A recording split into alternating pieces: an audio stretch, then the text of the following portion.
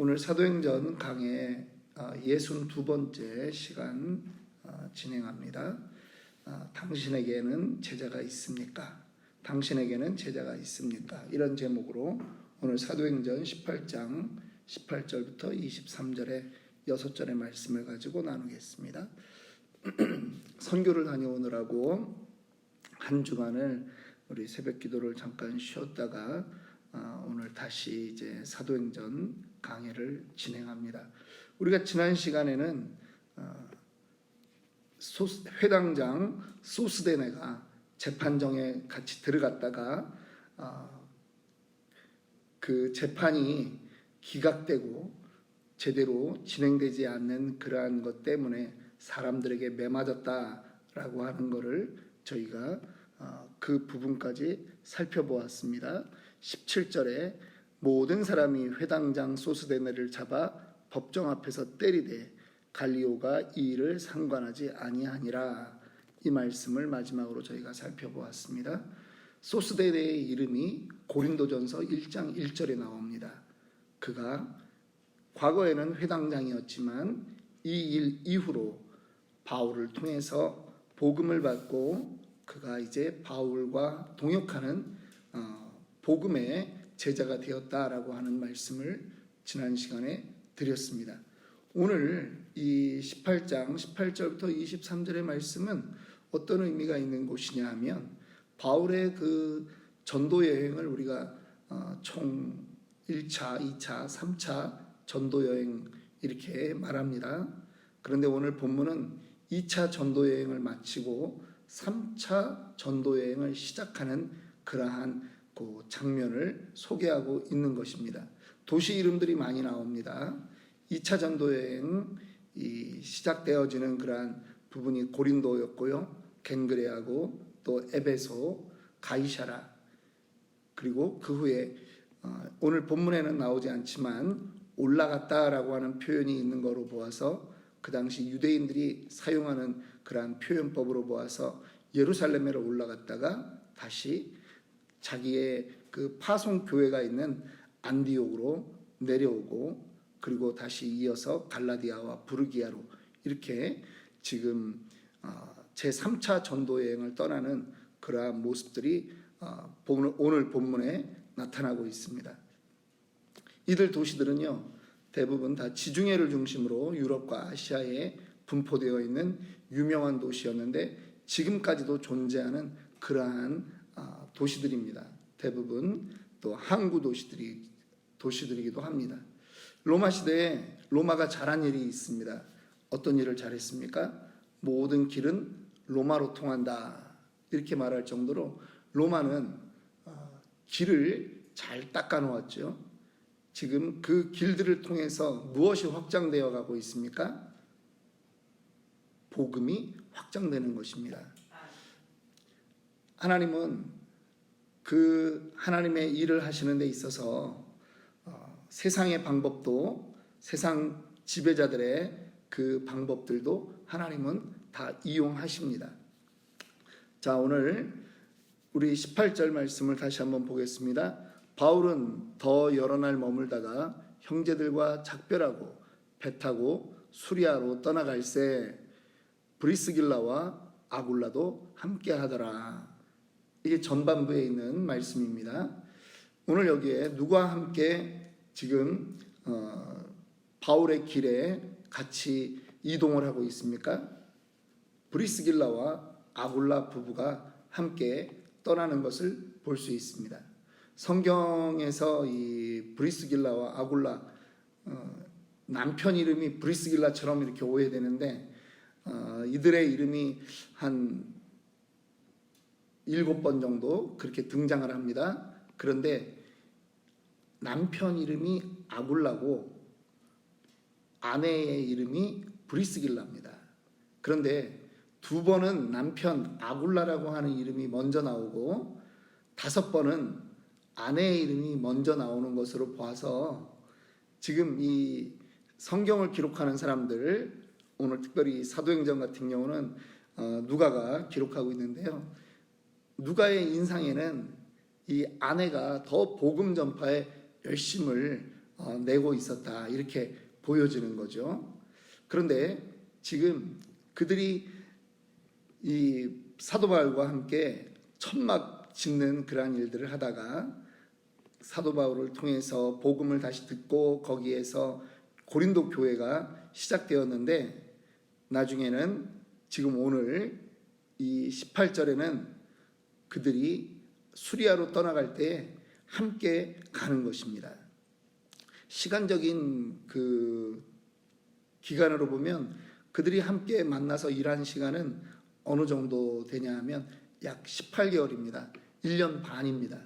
그런데 1년 반이 되었는데 이 브리스길라와 아굴라 이 부부가 전도 여행을 같이 떠나는 겁니다.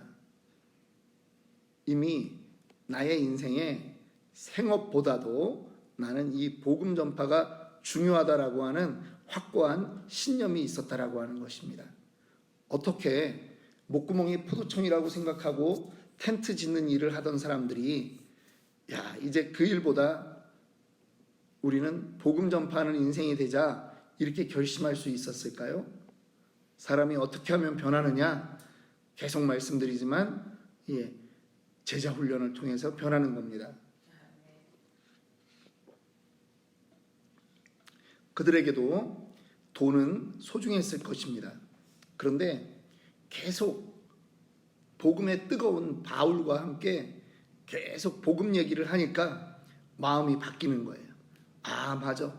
하나님의 그 일이 중요하지. 그래. 하나님께서 우리의 먹고 마시는 것은 책임져 주실 거야.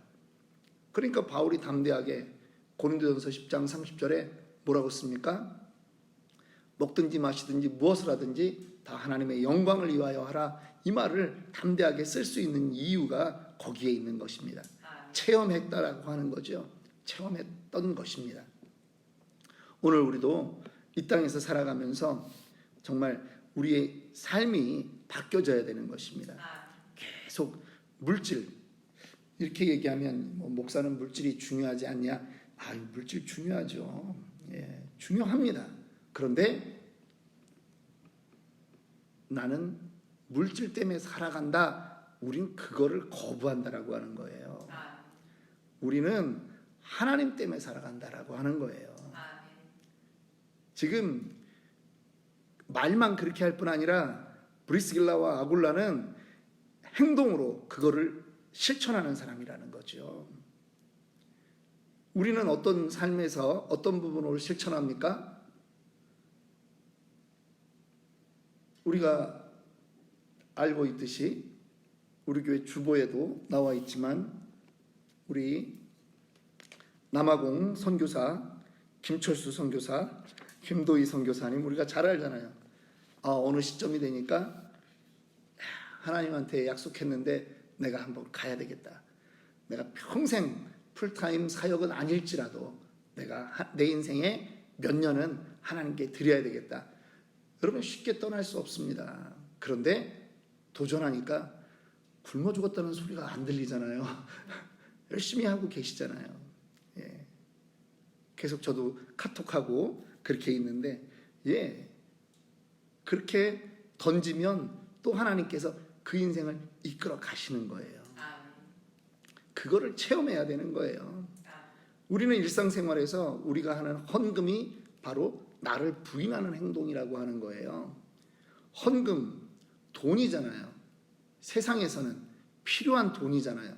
그런데 내가 그거를 이거는 하나님이 주셨습니다라고 고백하면서 드리는 그 행동이 바로 나는 이 돈 때문에 사는 사람이 아닙니다. 나는 하나님 때문에 사는 사람입니다. 라고 하는 고백이라는 거예요. 그래서 헌금이 소중한 거예요.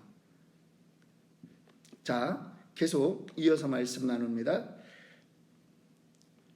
두 번째, 바울이 고린도를 떠나서 겐그레아에 도착했을 때 어떤 일이 있었는지 오늘 본문 하반절은 이렇게 말하고 있습니다.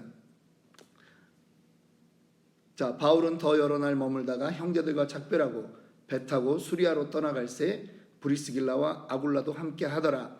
바울이 일찍이 서원이 있었으므로 겐그레아에서 머리를 깎았더라. 바울이 예전에 서원했다는 거예요. 그리고 이제 갱그레아에 와서 머리를 깎았다라고 하는 것이죠. 성경은 그가 어떤 서원을 했는지 말씀하고 있지 않아요. 그런데 우리가 유추해 볼 수 있는 것들은 있다라고 하는 것이죠. 자, 그 부분을 조금 살펴보도록 하겠습니다. 그가 도대체 어떤 서원의 내용들을 가지고 있었을까? 왜 바울은 겐그레아 항구에 와가지고 머리를 깎았을까 하는 것입니다. 지금 이 겐그레아 항구에 온 거는요, 고린도를 떠나기 위한 거예요. 수리아로 가기 위한 거예요. 그래서 이 바울이 겐그레아에서 머리를 깎았다라고 하는 것은 고린도 지역 사역이 완성되었을 그 때에 머리를 깎았다라고 하는 의미거든요. 그래서 보통 학자들은 이거를 어떻게 이해하느냐 하면 아덴과, 그러니까 아테네의 사역과 고린도의 사역의 요 사이에 바울이 마음에 중요한 결심을 했다라고 하는 거죠. 아테네에서의 사역과 고린도 사역 사이에 결심이 있는데 그거 흔적을 어디 가면 볼 수 있느냐?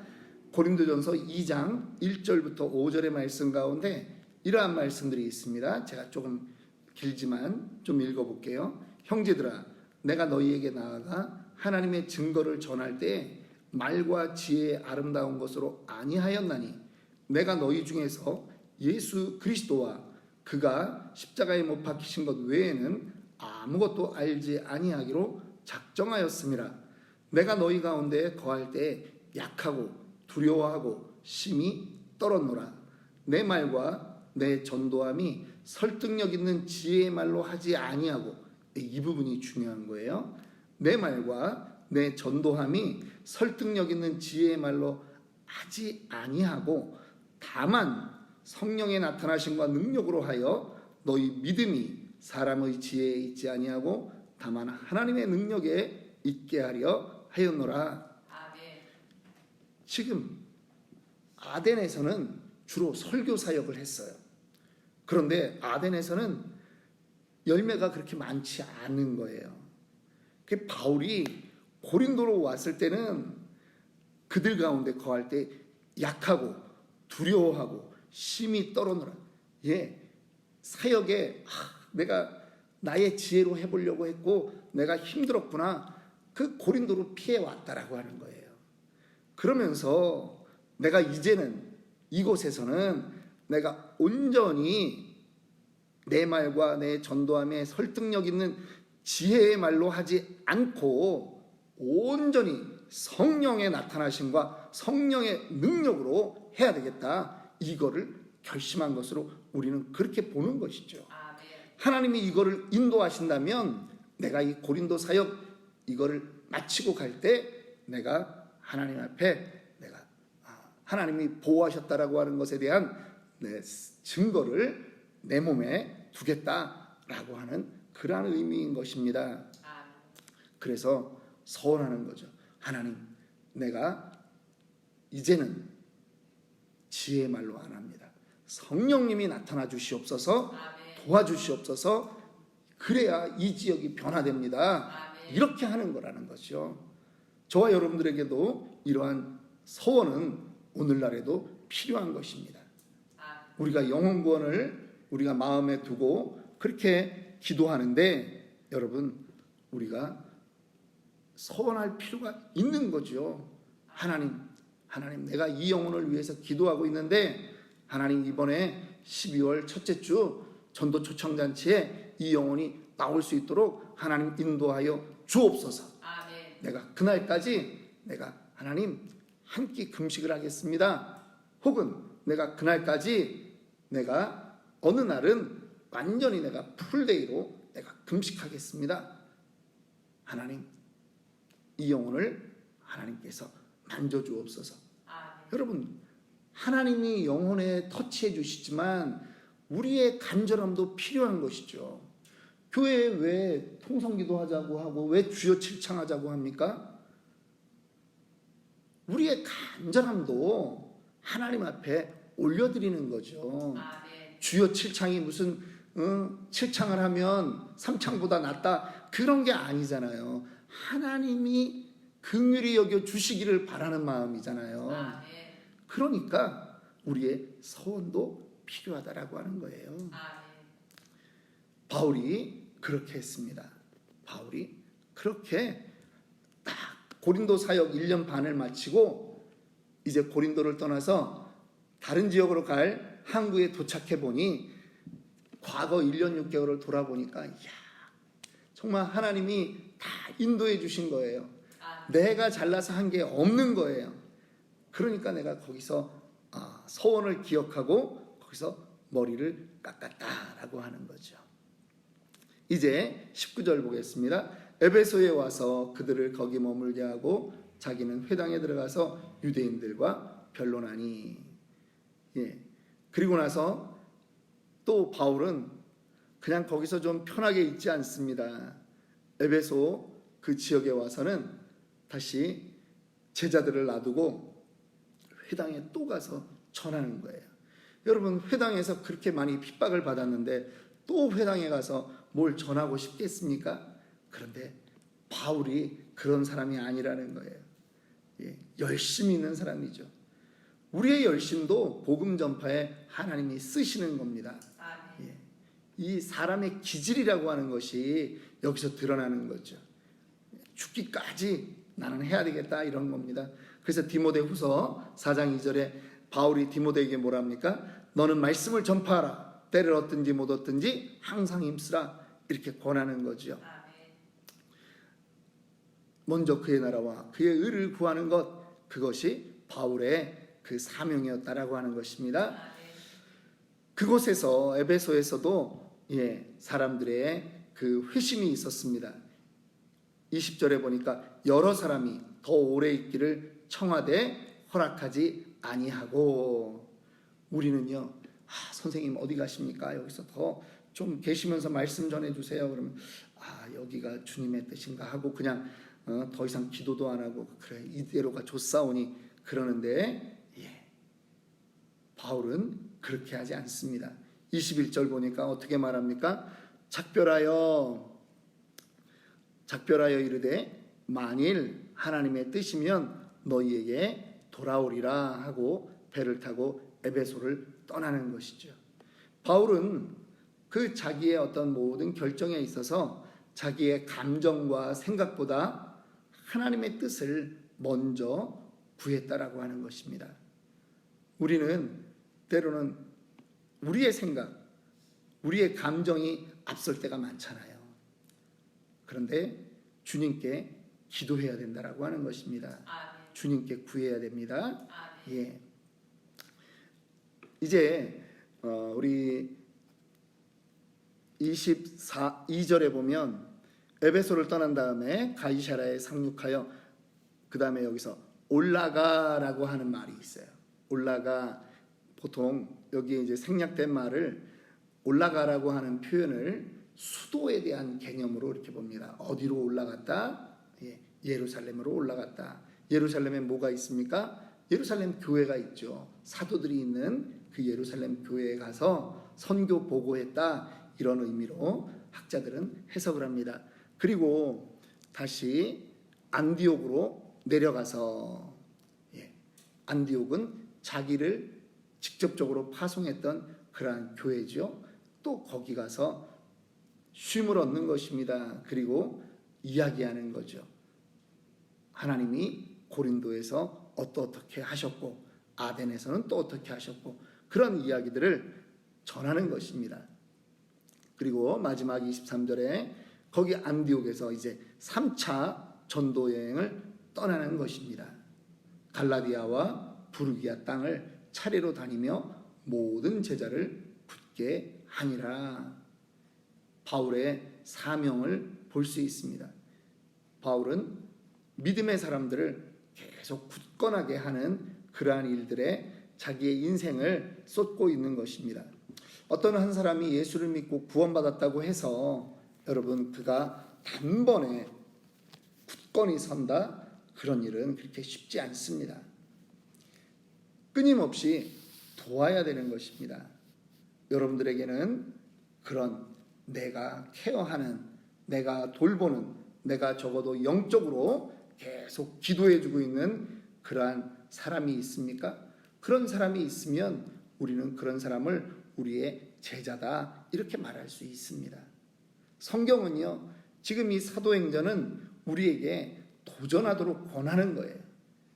그 2000년 전에 베드로와 사도들과 그리고 바울의 그 역사를 통해서 우리가 그냥 그때 이랬구나라고 멈추는 것이 아니라 그 증인들의 삶을 오늘 21세기에 살아가는 우리에게 동일하게 나타나도록 같은 원리가 오늘 이 땅에 교회에서 우리의 소그룹에서 공동체에서 나타나도록 권하고 있다라고 하는 것입니다.